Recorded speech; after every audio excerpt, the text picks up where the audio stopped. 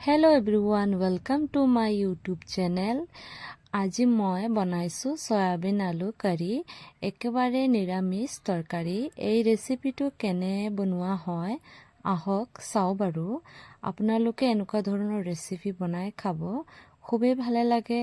তো মোৰ ভিডিঅ'টো চাওকচোন বাৰু কেনেকুৱা বনোৱা হয়।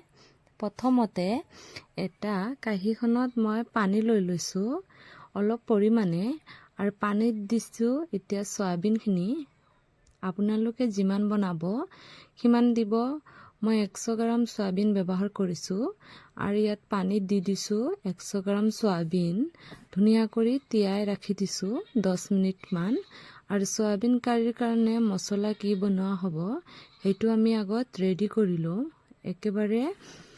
আৰু এয়া চোৱাচোন, মছলাকেইটা ৰেডি কৰাৰ কাৰণে কেঁচা জলকীয়া লৈছোঁ, আদা এটুকুৰ লৈছোঁ আৰু বিলাহী লৈছোঁ। নিৰামিষ হয়, ইয়াত নহৰু আৰু পিঁয়াজ মই নিদিওঁ, নিৰামিষ যদিও এইটো অনলি আদা আৰু কেঁচা জলকীয়া আৰু বিলাহীৰ লগত বনাই আপোনালোক দেখুৱাম। বহুতো আমিষ খায় আৰু বহুতো নিৰামিষ খায়। যোনে যোনে নিৰামিষ খোৱা লোক আছে তেখেতৰ বাবে এনেকুৱা বনাই খাব ভালেই হয় আৰু বহুত সহজ হয়।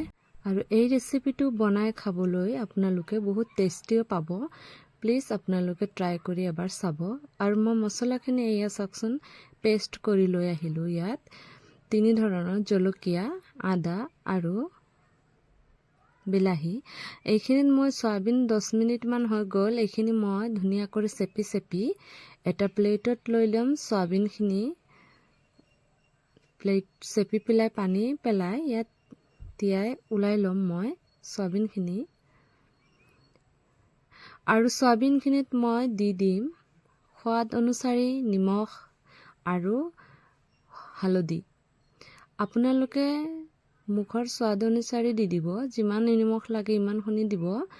আপোনালোকে যিমান খায় তিমান ব্যৱহাৰ কৰিব। মোৰ যিমান লাগে মই সিমানেই ব্যৱহাৰ কৰিছোঁ। আৰু এয়া চোৱা, মই ধুনীয়াকৈ হাতেৰে সানি লৈছোঁ চয়াবিনকেইটা নিমখৰে আৰু হালধিৰে। আপোনালোকে তেনেকুৱা দি দিব।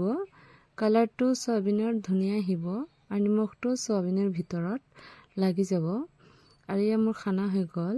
ইয়াত মই গেছত বহাই দিম এতিয়া কেৰাহী, আৰু ইয়াত দি দিম ৰিফাইন অইল। আপোনালোকে ৰিফাইন অইল নাথাকিলে মিঠাতেলো ব্যৱহাৰ কৰিব পাৰিব, মাষ্টাৰ্ড অইলো ব্যৱহাৰ কৰিব পাৰিব। মই ইয়াত ৰিফাইন তেল লৈ লৈছোঁ। আৰু মই চয়াবিনখিনি প্ৰথমতে ধুনীয়া কৰি ৰঙা কৰি ভাজি ল'ম। একে ল' ফ্লেমত দি পেলাই আপুনি চয়াবিনটো ভাল কৰি ভাজি ল'ব। বেছি নাভাজিব, বেছি ভাজিলে চয়াবিনকেইটা টান হৈ যাব। অলপ ৰঙা ৰঙা হ'লে তেতিয়া ভাবিব আপোনাৰ চয়াবিনটো ভাজি হৈ গ'ল। এয়া চাওকচোন বাৰু, মোৰ চয়াবিনখিনি ধুনীয়াকৈ ভাজি হৈ গৈছে। বেছি ভাজিব নালাগে, অলপ অলপ ভাজিলে হ'ল, কেঁচা গোন্ধটো গ'লেই হ'ল। আৰু এয়া ভাজি হৈ গ'ল। মই এইখিনি প্লেটত উঠাই ল'ম।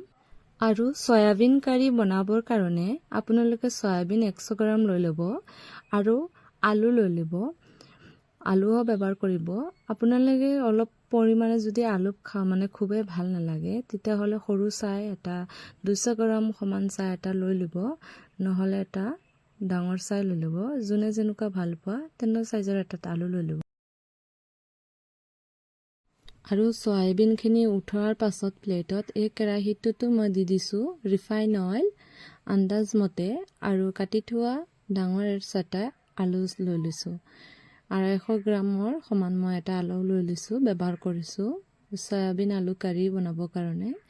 প্ৰথমতে আলুখিনি ৰিফাইন অইলত দি, আৰু ইয়াত দি দিম নিমখ, অলপ হালধি, ধুনীয়া কৰি ৰঙা কৰি আলুখিনি ভাজি ল'ম। যিমান টাইমত সিজা নাই সিমান টাইম মই এইটোক ঢাকি পেলাই ভাজি ল'ম। মই দি দিছোঁ হালধি, বেছি হালধি নিদিব। প্ৰথমে চয়াবিনতে হালধি আছে সেইকাৰণে কম ব্যৱহাৰ কৰিব। আৰু এই মই 5 মিনিট পিছত মই আলুকেইটা আকৌ লটিয়াই দি দিম।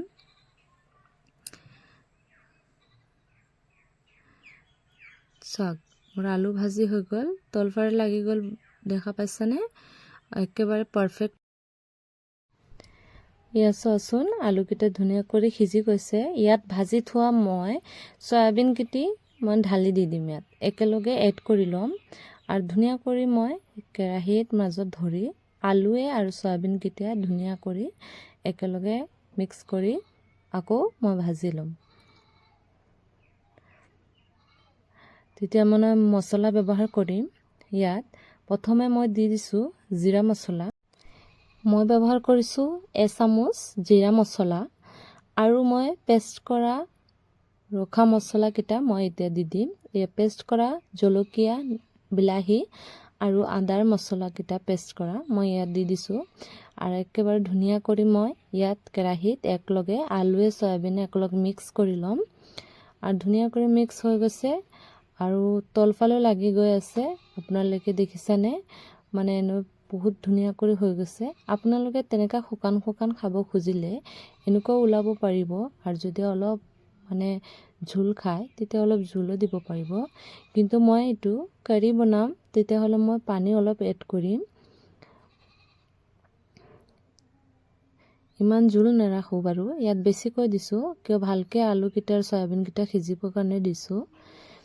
ইয়াত ধুনীয়া কৰি সিজিলে যেতিয়া ঘনকৈ হৈ যাব তেতিয়া মই ওলাই ল'ম, প্লেটত চাৰ্ভ কৰি ল'ম। আৰু ইয়াচোন মোৰ পানীৰ পৰিমাণ এতিয়া মই আৰু 15 মিনিটমান গেছত বহাই হাই ফ্লেমত মই ৰাখি দিম।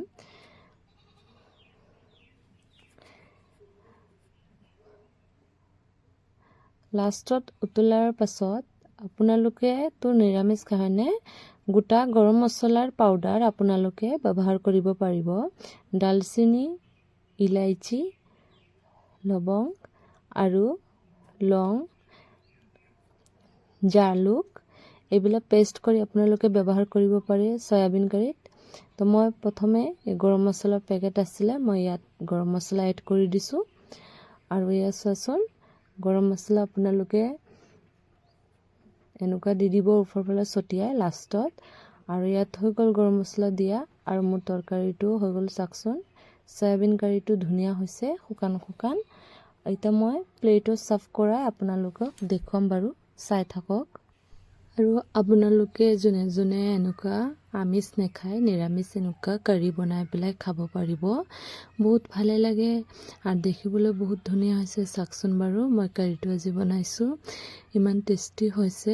আপোনালোকে তেনেকুৱা বনাই খাবচোন, বহুতেই টেষ্ট লাগে আৰু বহুত খুবেই ভাল লাগে। ঠাণ্ডা দিনত এনেকুৱা চয়াবিন কাৰী বনাই খালে বহুতেই ভাল লাগে। তো মোৰ ভিডিঅ' আজি ইমানতে শেষ কৰিছোঁ। ভাল লাগিলে লাইক কৰিব। বাই।